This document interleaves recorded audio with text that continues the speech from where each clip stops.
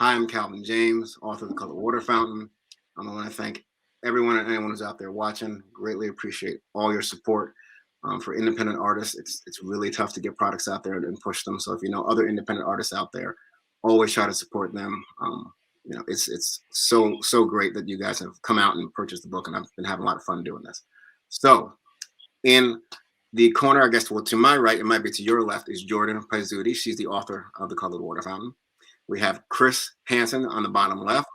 He's a songwriter and music producer I've been working with for over 20 years. And down in the bottom right is Beth Werner. She's a marketing advisor and editor. She's been with me since I started Calvin James Curates and started getting this business off the ground to publish my 9 children's books, the first one being, of course, Color Water Fountain. So I'm going to start off with Jordan. I'm going to minimize the screen. Well, I don't know if I can minimize the screen. Well, I'll just leave it like this. Anyway, I'm going to start off with Jordan. So Jordan, I've got some questions for you. Okay. So when did you, what is your, wait a minute. Where are you doing, Jordan? Here we go. Yeah. How old were you when you decided that you really thought that illustration was what you wanted to do? Well, I've always been interested in art. I think I started taking art generally, kind of seriously around middle school, really getting into like looking at artists that I loved and buying the supplies and, just kind of like doodling and whatnot. But in high school, I thought I was going to go into like fine arts. I did a lot of painting and realistic drawing and stuff. And then it wasn't probably till like only 2 years ago that I started taking like illustration as a concept seriously and really learning what that meant and going into the field. Okay. And what was the most challenging aspect for you for us working on the Color Water Fountain? I think the most challenging aspect is just creating such a large project in general. Doing an entire book and planning, almost 40 images across the board is hard to do, especially just trying to make sure that everything is consistent, that the pages flow, that the ideas are coming through. It's just like I hadn't worked on such like a large scale thing before. I'd taken like a book class where it was like we kind of got a book to like a halfway point, but I'd never gotten a book to like the finish point, which is a lot of work and just a lot of planning and execution. So, Yeah. And out of the 8 children's books that we've got left, I know it's probably been a while since you've gone through all of them, but if you can remember, which one are you most excited about doing next? I like the idea of River just because I'm really into character design lately and sort of anthropomorphizing like a river and turning that into a character is really interesting. And I'd really love to go through that process. I'm also interested in the one that we'll hopefully be working on soon. I'm allowed to say Christmas Sunrise, I think, is going to be really cute. I'm super excited about that one. I like the story a lot. I like the amount of freedom that it gives the images and creating all those sorts of scenes. Gotcha. Cool. And what would your advice be to other people who might want to get into illustration? Um, Honestly, maybe just try a little bit of everything because like in all of the classes that I've taken, we've done editorial illustration, children's illustration, pattern design, all sorts of things, and sort of just finding what you really like and what makes you happy and what other people will receive well from you is a big challenge. Like, that was one of the hardest things for me to be like, okay, I'm not doing fine art, I'm doing illustration. So, like, what does that mean? Like, where am I going to go? So, just kind of trying everything out, I think, is a good idea. Okay. And what would you say is something that you learned, like the biggest lesson you've learned from this first book you did with me, The Color Water Fountain? I've just learned a lot about the process in general because it's not really something you can like read up on it, you can read the steps, but it's nothing like actually going through it and making it all happen is it's a lot of work. It's rewarding. But it's just so nice to actually be able to get through all of that and learn. And, now I feel much more prepared for the next time, which is awesome. But just having that physical copy in your hands at the end is so rewarding and awesome. And like seeing it like on my mom's bookshelf is so cool. Yeah. All right. So, what are your 5 questions you've got for me? For you, I have got what What or who was your biggest inspiration for the colored water fountain? It was definitely Asher and the combination of Trump being elected. I remember like the days and weeks that followed, like it was the first time that I can remember that, like, I didn't quite feel safe as I did before he was elected as a black man in America. And my son was 2 years old, and being a black man, having a son, I'm thinking to myself, I have to prepare him for a world that's going to be a little bit different from what I thought of when I grew up. I'm like, well, how am I going to teach him these things, and how can I teach them early? And I got the idea of the colored water fountain. But so many stories have been told about that in a realistic way. I'm like, well, how can I tell it differently? Where to tell it from a different perspective. So if you tell a story from a different perspective, you'll open some people's eyes who might have never looked at it that way. And recently I had an 80-year-old patient at my physical therapy clinic who came in, and I looked over and she was on the exercise bike reading it. And she came over to me. She's like, "This is one of the best books I've ever read. Like, everybody my age needs to read this book." And I was just so happy she told me that. So, Asher and the social unrest and racial issues we've had in the past 4 or 5 years, what kind of spurred the inspiration for this book. Awesome. And I want to ask who your favorite children's book authors are, who you take inspiration from. There are probably only 3 books. The funny thing is, I really don't like reading.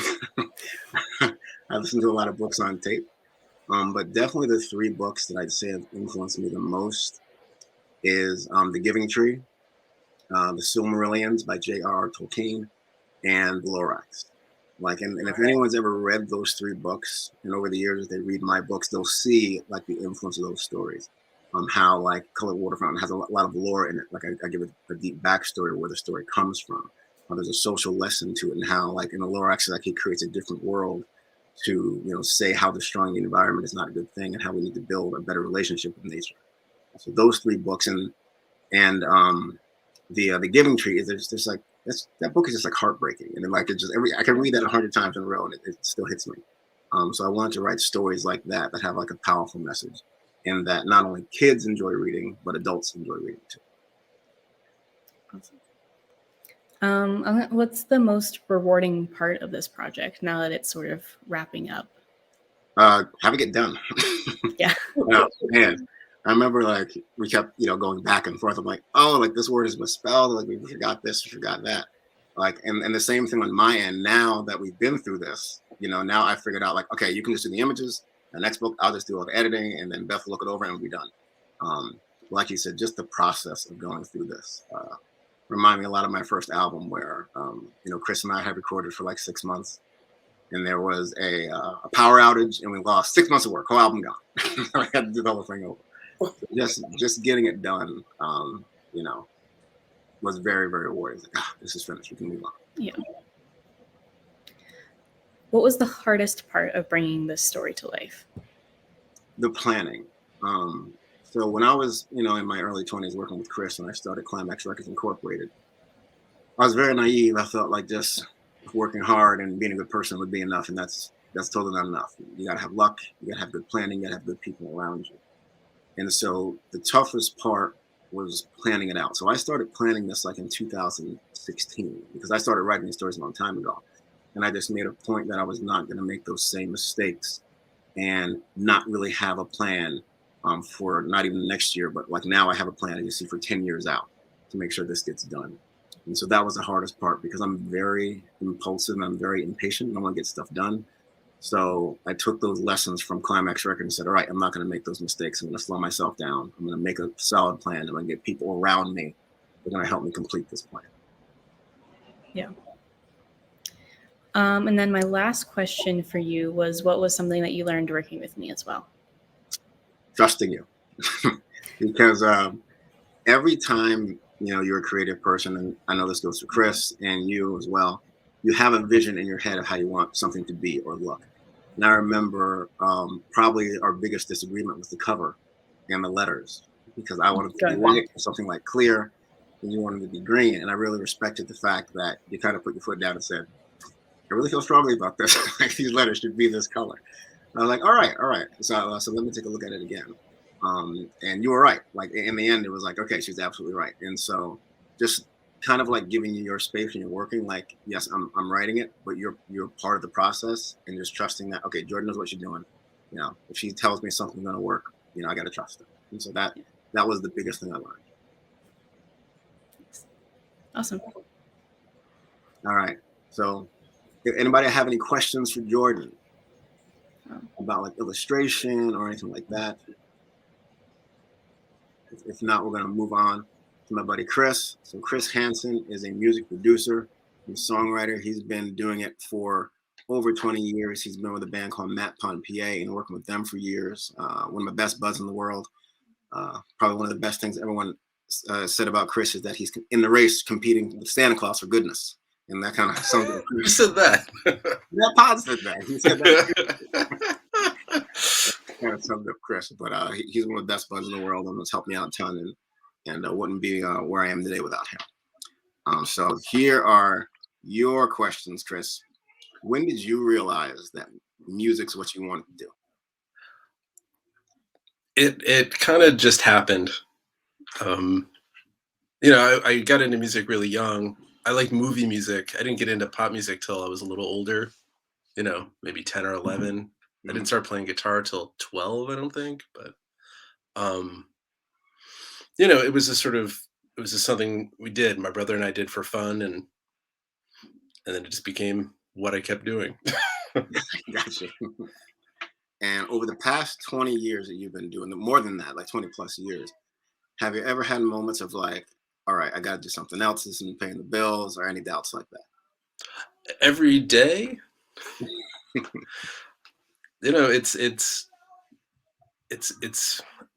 I'm trying to like avoid the cliches, like it's a tough biz, man. But yeah, you know, there's lots of obstacles, and it's a creative world, and it's a business, and they're always at odds, and you're trying to make ends meet in many different ways. And it's you know, in some ways I'm doing multiple jobs. I'm a musician, I'm an audio engineer, I'm a producer. So it's, you know, you have to have a lot of plates spinning to make it viable.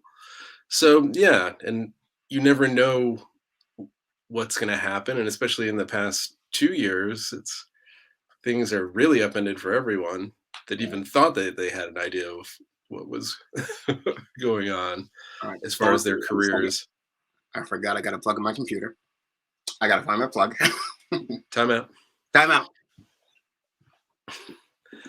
How's everyone else doing today? Feel like I should scat or something till he comes back. Fill the time. Yeah. This is great. I've never done one of these before. So wasn't sure how like awkward I would be. I've done several. Calvin is always super organized, very well planned. So Oh, that's good. That's funny, Beth. You and my wife would highly disagree on that comment you just made. All right. So, any more on that question about like the doubts and everything?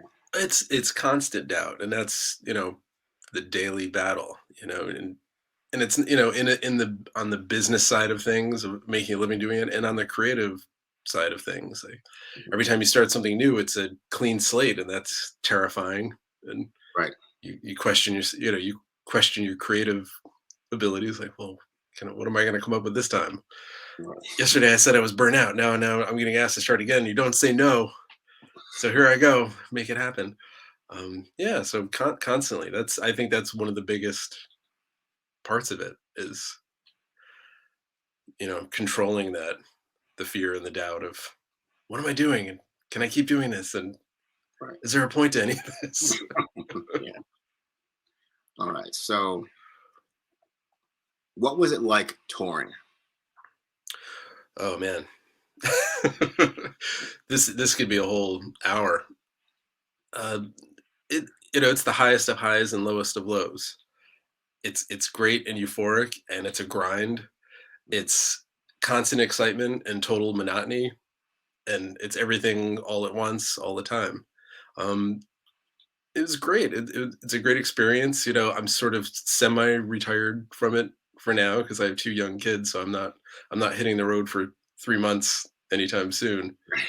But so it's like now that it's been a little bit, I'm sort of romanticizing it, you know. So if you asked me this question like 2 years ago, I'd have been like, it's the worst.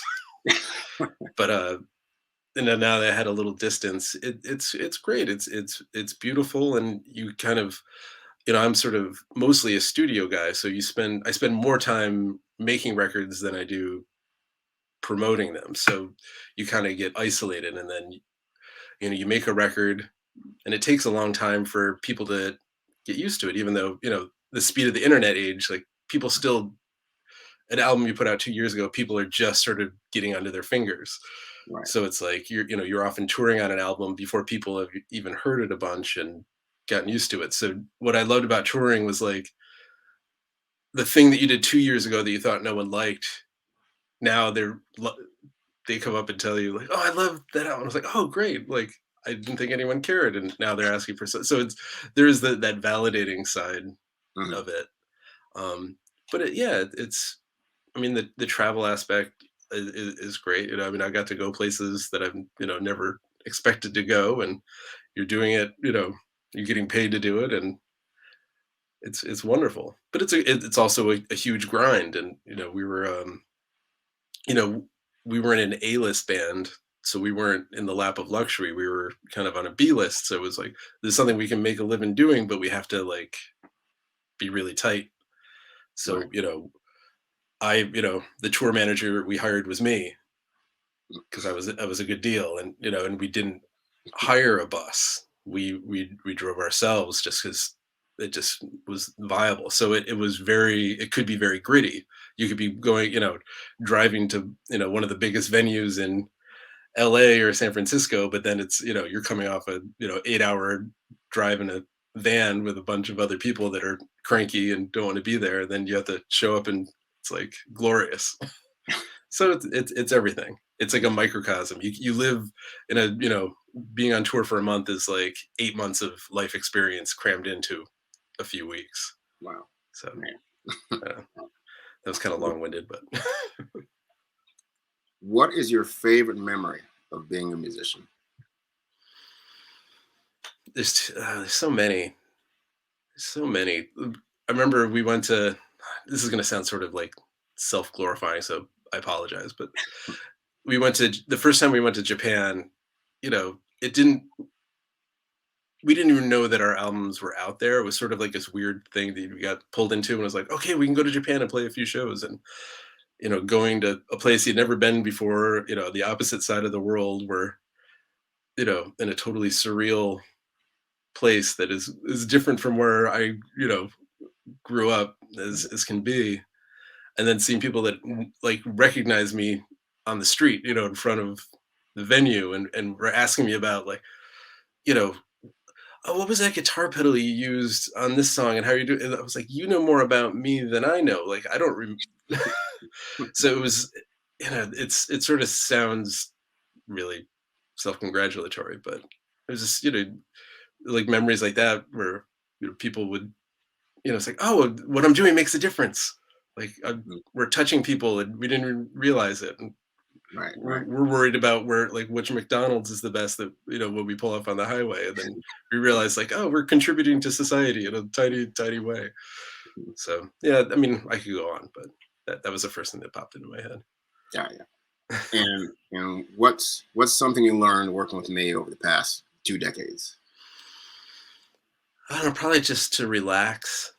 I feel like I was hard on you back Really? then. Hmm. I thought so. I'm being sarcastic. Yeah. You know, it's like the adage, like, you know, flowers bend and blow with the wind, and then, but when they're dead, they're brittle and stiff. And Right.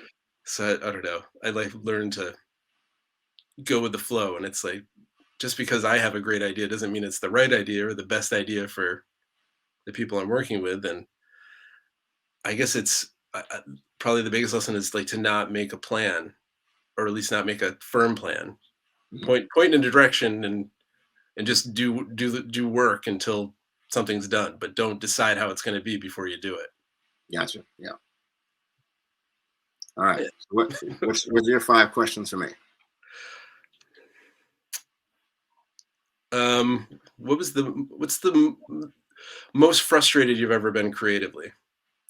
Oh, definitely when we lost that 6 months of work.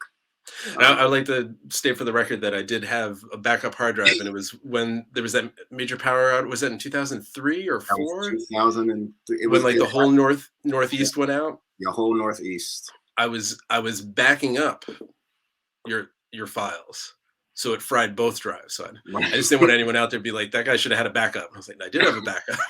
The thing that maybe that's the biggest thing I learned from you is I have 3 backups. Right. I mean, I remember because I was living in Philly at the time, so I was driving up on the weekends to do vocals and stuff. And I remember I was coming off the Betsy Ross Bridge, and I was like, "Hey, I'm on my way up." And you said, "Don't come up." I'm like, "Wait, why not?" And you're like, "We lost everything." I was like, "Well, what do you mean everything?" You're like, "Everything is gone. Like hard drives got fried." And I remember I pulled over and like cried for like an hour, like, "Why is this so hard?" But everything happened for a reason because we did the whole album over, and it came out better, Yeah. than it did.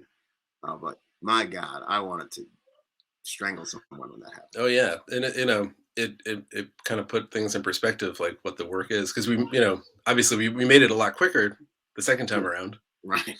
because we kind of solved all those riddles. But one of the riddles you said that I wasn't singing good. You We fixed that, I think. Well, there's this time where I remember where I was doing a track. It was on Better Than Living This Life, and like you weren't feeling it. And I said, you know what? I'm just gonna sing. I'm not gonna care. I'm just gonna sing. And I sang it, and you were in the booth, like you were in the closet. So I'm just looking at the back of your head, and you're just like, shaking your head like this, and you stopped. And you said, "Why didn't you sing like that before?" And I was like, "Oh, I didn't know you wanted me to sing that way." And you said, "You mean good?" See, that refers back to what I should have gone easy. So yeah. Okay, what's my next question? What's your favorite song of yours that you've written? Wow. That's tough. I would probably say Game of Life. Yeah, because I wrote that one in Philly, and this buddy of mine just did a scratch mix of it. But that was when I got to the point. I remember that song because working with you, you taught me to be more efficient as a writer. I would write songs that'd be like 4 minutes, 5 minutes, sometimes 6 minutes long. We had to cut those down. And I remember I got to a point where I was writing songs where people would hear it and they'd want to, like, wow, that was really good. And they want to hear it again. So I knew at that point I'd reached like the peak of my songwriting capabilities. And that one, the people who have heard that song have always told me it's the best one because just the lyrics kind of speak to everyone. It's you try living the right way, but you've never learned that. You're so used to the fight, there's no peace without it. You're so used to the wrongs, the right way is clouded. All the streets are going one way and there's no turning back. You're forced to live the day to day. The path's so worn that it's a grave. And so yeah, that one seems to speak to just about everyone that's ever heard it. It's definitely one I want to release over the next 9 years with the rest of the stuff we're doing. So that one probably sticks out in my head. That one and Hurricane. So That's a good one too. Well, my follow up is tied into that. What's the hardest song you've ever written? How does that correlate with? I'd probably say A Song for Her. And it's because it was the first song that you said was too long.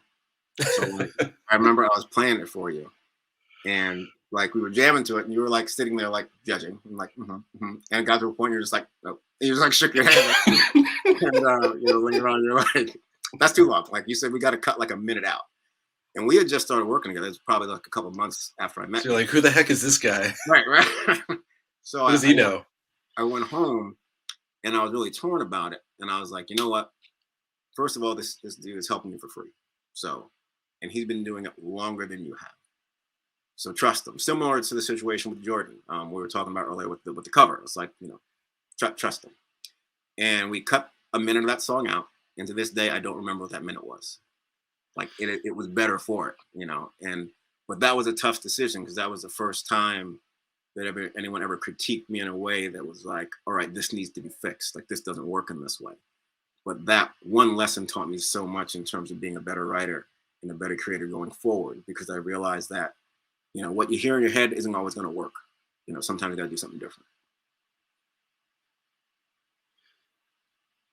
Do you miss performing? You know, not that much. Like you know, it got to the point, you know, when I was living in the freezer and all that crazy stuff, where I just got so burnt, and I wasn't seeing any, you know, rewards from that, and it wasn't challenging anymore. Like I didn't get nervous when I got up on stage. There was like the fire had got out of me, and maybe because I was sleeping in the freezer in the middle of winter, that kind of dimmed my fire a bit. Um, but no, I don't miss it. I enjoy the creative process much more. I enjoy writing and figuring out that puzzle of how to make something good, more than I ever did performing. Performing was just something like I had to do to get the music out there. But I don't miss it as much as I thought I would. Okay. My final question: when do we start the next album? Hey, that's I am ready to go. Like, and that also brings me to probably like the two lessons that I've learned from you that I've taken with me as a creative person. Number one is do not get emotionally attached to what you write and what you create, because and going back to a song for her, if I was emotionally attached to that song, like it wouldn't have worked. We might not even work together. I'd be like, well, this is my music and I wrote it and it's mine and all that stuff. But like once you create something and you kind of like are getting it out there, it's almost like it's not yours anymore. Like it belongs to the fans and the people who hear it. And you've got to make the best version of that possible. And so that's one lesson. And the other thing I learned is right after we did City, before you went on tour with Matt Pond, you said, you know, let's do the next album. And I was like, okay, let's take the next 10 best songs. And you said one of the most profound things. You said, if those 10 songs are that good, they would have been on the first album. And I was like, you're right. Yeah, that's pretty good. That's good. I like that. Yeah, I was probably just procrastinating. I was probably just busy. but like you were right. And so I went back and I wrote like 30, 40 more songs. Because you were like, yeah, if they were that good, they would have been the first 10. And so I'm ready for like 40 more songs whenever you guys are ready to record. All right. Noted. All right. Last but not least, Beth Werner. She is a marketing advisor, an editor. She's my good friend. She's been working with me since 2019. It's been such a pleasure. Pleasure. You know, could not be where I am without Beth. First question for you, Beth. Where does your love of editing come from? I started to love reading at fairly early on, maybe 6 or 7 years old. And I find even to this day, all through the years of being a reader, that there's something about the power of books to unite us. That when there's a writer that, you know, is a stranger that I've never met, many times from a completely different place and time, and yet they write a story or share information in a way that's relatable to me, that's, if it's nonfiction, that's useful to me, that teaches me something I was looking to learn, or fiction, if it's a story that could be someone from another culture, another age, another location, another era of time, and yet they write something that touches you, that makes you think differently, or maybe affirm something that you were thinking. There's a connection. There's a connection in books, like music, like any form of art. If you think of sharing a concert or going to live theater or going through a gallery exhibit, there's some element of energy that's shared between the readers, between the consumers of any form of art. And words, I don't know, words just do it for me.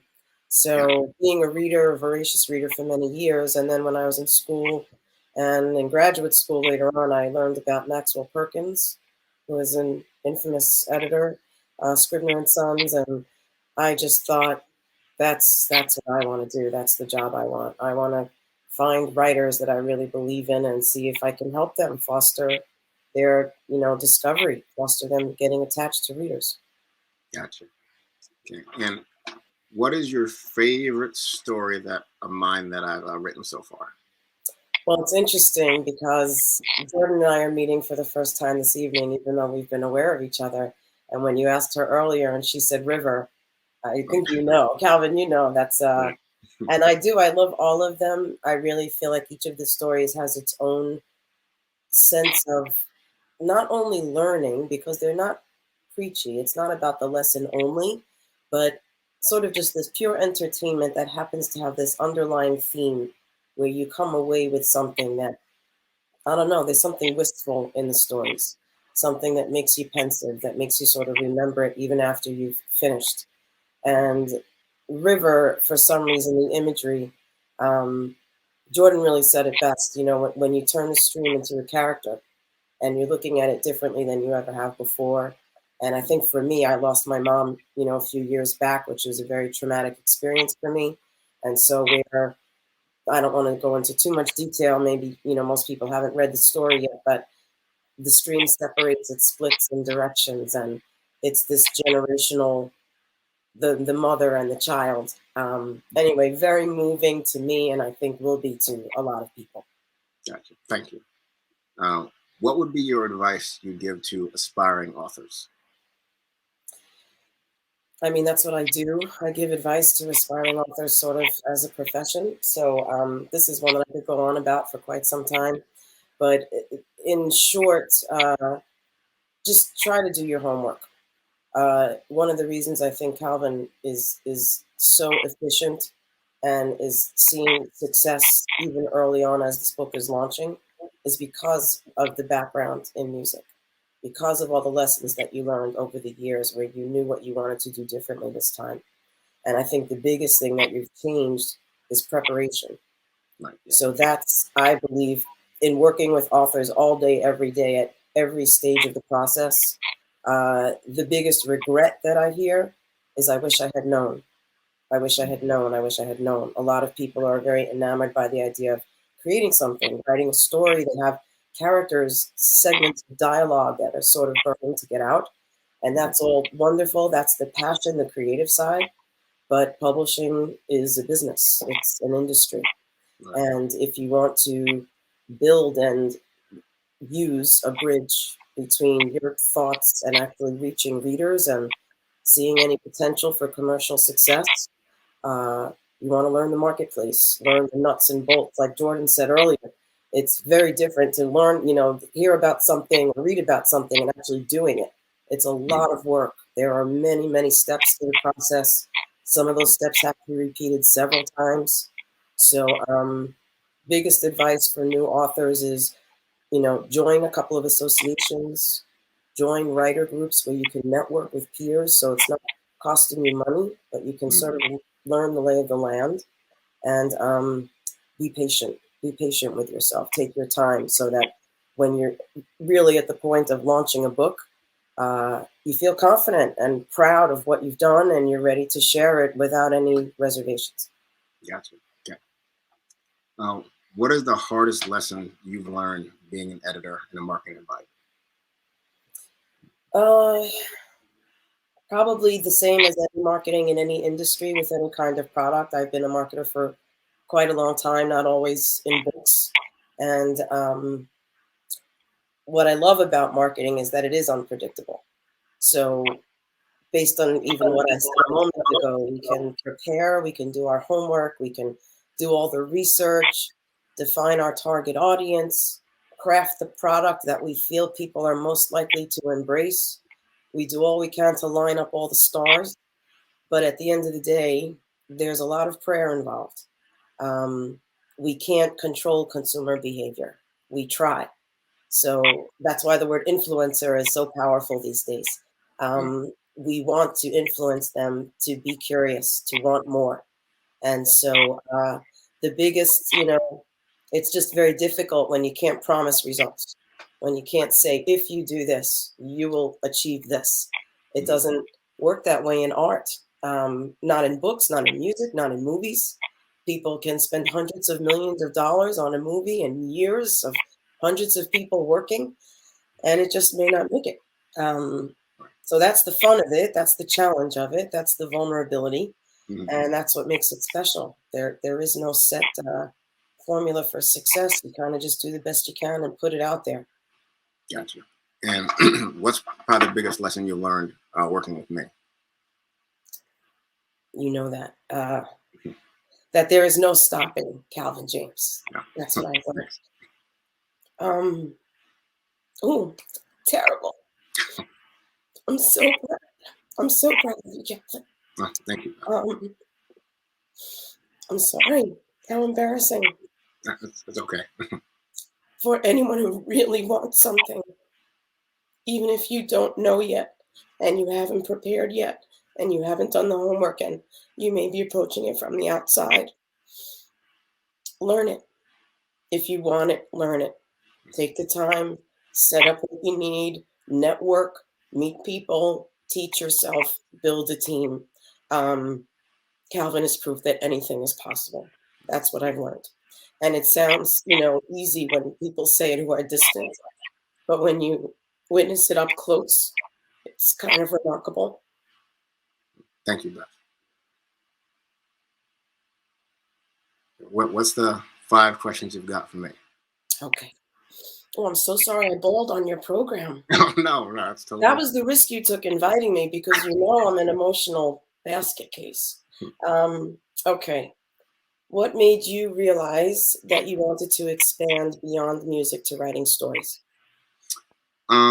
I had been writing music since I'd been 19 years old, and I've been through a lot of struggles with it. Making the record company, working with Chris, and just constantly just writing. Like I trained myself to wake up in my sleep, to hear music and get up and record it. One of the songs on the first album called Joviana. Like I heard the melody and the lyrics like in my head at like 3 o'clock in the morning. I jumped up and I just recorded it, and I was like, I don't know if that's any good. I went back to sleep and woke up the next morning like, oh wow, that was a good song. But once I got really, really good at it, like it wasn't as enjoyable to write the music anymore. And I got so efficient because when you write, it's a numbers game. And even with the children's books, I've written 9 good children's books, but I've written like 30 other stories that are like, okay. And so with music, when I first started out, it would take me like 20 songs to write one good one. And then I got better and it took 15. And then I got better and it took 10. And when I got to my peak, there was a point where I could write 3, 4, maybe 5 solid tunes in a row. And when I got to that point, I'm like, man, I want something more challenging. And I'd always liked movies and stuff. And I realized that like telling a story is probably one of the most challenging creative processes you can do. Because in a film, you can use special effects. You can trick the audience with to cover up the plot holes. With songs, you can do every best part twice, get away with it. In a story, like it's almost like you're x-raying the author. There's no hiding. Yeah, there's no hiding. And so I really wanted the challenge of like I want to see if I can crack that process. And so that's what when I decided, I want to take a crack at this. And I bought Robert McKee's book, Story, and I've read that 1,000 times. And so the principles of storytelling are like ingrained in my soul. So anytime I start writing, like those principles are in my head. And so I know I'm going to write something that's going to be solid. Very interesting. So even just a part B to that question, have you found that those things that you read and learned that have influenced you as a storyteller will now go back and influence you as a musician as well? Oh yeah. Like I'm starting to get the passion back, so to speak. Like I said, I tried so hard for so long. It really just kind of like I beat myself up there, and I think I needed to step away from music to kind of get my passion back.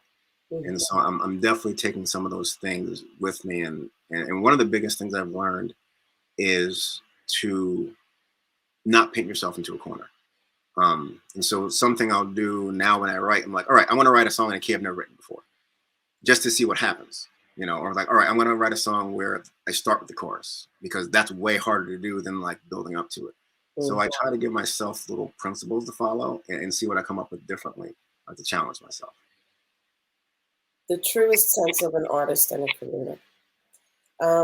So nature, next question. Nature is a clear thread in your writing. The elements that become characters and the wildlife. What does nature mean to you? What made you decide that was going to be a grounding thread throughout all the stories? I just truly believe that all life is one, and we need to do a better job of not just taking care of our environment, but each other. And when writing the kids' stories, I was trying to think of a way to introduce characters in a different way. I've listened to a lot of books on tape and read a lot of children's books with my son. And most of them don't take the approach that my stories take of like giving like a detailed backstory and giving the characters depth, like almost like you would in a novel. And so that's what I try to do, to just kind of like give the story more weight. So when you finish reading it, like it leaves you with something that you might want to go back and read it again. So that's what I try to do. That's why I try to bring nature into the picture, because like I truly believe, we're all in this together. The sooner we figure that out, the better we'll be. Very cool. Something I also find appealing about it is that when you're creating other worlds, or, characters that talk, or, things that can be leaning toward the fantasy element when it's a children's book, especially, there's something about nature and wildlife that's familiar, that's universal, that we're all, that we all see, that we're aware of. So I think there's something comforting in that also, when you're communicating new thoughts and ideas. Right. So how did becoming a father influence, you spoke about this a little bit, and I know that Asher has been sort of a muse and inspiration for the stories, but how do you think for your own self, not only for Asher's sake, but as a father, as a parent, how has that influenced how what you want to write about? I just want to write stories, not just for him, but for all kids, that teach them something important about life. So when I had him, and when you have a child, you look at life in a totally different way. My wife and I had a house, and then we had a kid, and the house was a hazard. Like, oh my goodness, like all these things you can get into, everything changes. And so I've been writing before he was born, but when he came into the picture, it totally shifted how I was writing. And so I went from, because I was working on novels before he was born, and then I realized, like, how can I take 60,000 words and turn it into 1,000 and still have the same weight? And I think that's actually more difficult. I think it's more difficult to say a profound message with less words than more. So it really made me like condense my ideas and like squeeze the essence out of what I was trying to write, so that I can say what might take hours to say in maybe 30 minutes of reading. That's how it changed. I said, if I'm going to write kids' books, I got to find a way to keep them engaged, but also still get the message across. And that's one of the reasons I think your books are not only for children. I think that even with adults, our attention spans are just as short, because we just have so many things going on every day. And if you have to read something to your kid, at least it should be something that's interesting and saying something. And anyway, I'm a fan, in case anyone hasn't guessed. Okay, so how do you, this is truly a question that I always want to ask you. How do you manage, so aside from the discipline for each of the things that you're doing in your life, time management, literally just getting the most out of the 24 hours each day. When I think of the day job and your family and your home and writing and music and your health, the discipline, exercise, and self-care means so much to you. How do you manage all of that in terms of, like you said, tips for other people getting started who may want to do a bunch of different things? There he is. Hi, Judy. So that's my question. Time management. How do you do that? So the first thing I do every day is I get up about 4:30. 3 of those days I go to the gym. The other 2 of those days I'm up at 4:30 to work on the novels that I'm writing, other children's stories, and music ideas. So, hey, you gotta be quiet. You gotta be quiet. So I get up as early as possible to get the most out of the day.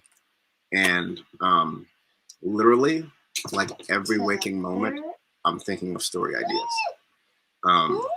I heard a recent quote from a director where I found very interesting, where how I said earlier, it's a numbers game. Like you have to write a lot and think a lot about stories to write good stories. And this director was working with his actor, and this actor had this idea, and he kept pushing it to the director, like, hey, we got to do this, we got to do this. And the assistant director knew it was a bad idea, but he wouldn't say anything in front of the actor. And so, the actor left, and the assistant director said to the director, like, why does that guy keep pushing that bad idea? And he said, because you and I think of 1,000 ideas in a day. He thinks of one every 6 months. So he thinks that's a good idea. He's stuck on that one. Right. So what I have to do is like constantly, it has to be constant. You kind of like never get a day off. So like while I'm at work, if I have downtime with patients, I'm working on the story. I'm pacing out ideas. I'm looking at the emotional beats of the novel that I'm editing right now, which is The White, which will be out in October 2023. And I make sure when I come home from work, the first thing I'm doing is spending time with my wife and Asher. The home has to be the sanctuary, and you can't let stuff intrude on that, because just as much as you need to work, you also need downtime. Boundaries, yeah, absolutely. Because if you don't have that, you will get burned out. And I think that's probably the biggest lesson I learned with music. Like I had no downtime. I literally, like, if people hadn't heard the story of the freezer, like I took a job making $8.50 an hour, doing an internship from 9 to 5, working in a newsroom making $8.50 an hour from 12 a.m. to 8 a.m. and slept in a storefront because I didn't have any money. In the winter of 2010, I just literally like burned myself to the bone and did not give myself that rest. So you just have to plan and prioritize, and that's probably why I've had success in this first book. I planned it out years in advance, and like Chris said, I had a fixed plan, but it was pliable. It wasn't like, all right, I'm doing it this way. If it doesn't work out this way, well, I'm going to do something else. I'm like, all right, the road might narrow, it might get wider, but I know where I'm going. And so that's the key. You have to plan it out. And we've had that conversation lots of times, that having a plan and really thinking it through, not broad strokes, but actually details, doesn't have to mean it's in stone. So you can plan as much as you want so that you're ready and you're prepared, but it doesn't mean that it can't be flexible, that you can move or shift the timeline or decide that this priority has become more important. Number 7 on the list has become number 2. That stuff is all possible, but it's so much easier than starting with a blank page every day. So yes. Yeah, I have this saying that what works in your head doesn't always work on paper. What works on paper won't always work in a novel. What works in a novel won't always work in a script. What works on a script won't always work in a film. And sometimes the best things happen by accident. So you have to be open. Like you can't be so rigid that you don't see the good idea that's waiting in the wings because you have tunnel vision. So it's important to plan, but you got to be able to roll with the punches as well. Absolutely. And last one is, I had to think about this because you are such a prolific creator. I was thinking, should I ask, where do you see yourself in 3 years? Should I ask about 5 years? But you do have a timeline for these books, flexible as it may be. And so my curiosity is, think 10 years. Where do you see yourself in 10 years? When a lot of this stuff will be in fruition. So there is a series of novels that I'm working on. One is finished that I'm working on right now. That's called The White. The next one's called Black Code. But they're kind of loosely connected, and there's about 5 of those books, and all of them have like a good starting point in my head. So by 2030, I would like to have at least 3 of those done. I'm being conservative because I don't know what the time will be like. I still have to write the step outlines for the next book, which is The Black Code. But that's where I see myself and there's another story I've written like right after the last children's books called City. And that's more like a short story. That's almost like 30,000 words. And I haven't sent that one to you yet, but I don't know if I like it. Like it's a fun story but it's a much bigger story. It's more like a young adult story. Okay. And so I see myself moving away from the children's book genre because my ideas are getting bigger and I want to tell more interesting stories. So by 2030, I probably will have shifted to writing novels. Plus, by that point, Asher will be 13, 14. And so your number one fan, your audience is growing. You want to grow with them. That makes sense. That's all I've got. All right. Well, for everybody who joined this live stream, thank you so much. It was so greatly appreciated. Like I said, the response to the Color Water Fountain has been amazing. I'm so appreciative for everyone who bought the book, talked about the book, shared it with family. And for everyone else out there, like I have this saying to myself that once you decide who you want to be and where you want to go in life, the only obstacles you have to go through are the ones you put in front of yourself. Don't let anything stop you from doing what you want to do. So Jordan, thank you. Chris, thank you. Beth, thank you. For everyone who joined the live stream, thank you so much for joining us. Say good night, buddy. Good night. Good night. Okay. See you, Asher. All right. Beth, that's Beth right there. the marketing advisor, so I talk to him in the mornings. Hi. All right. Thank you very much, and good night, everybody. Good night. Good night.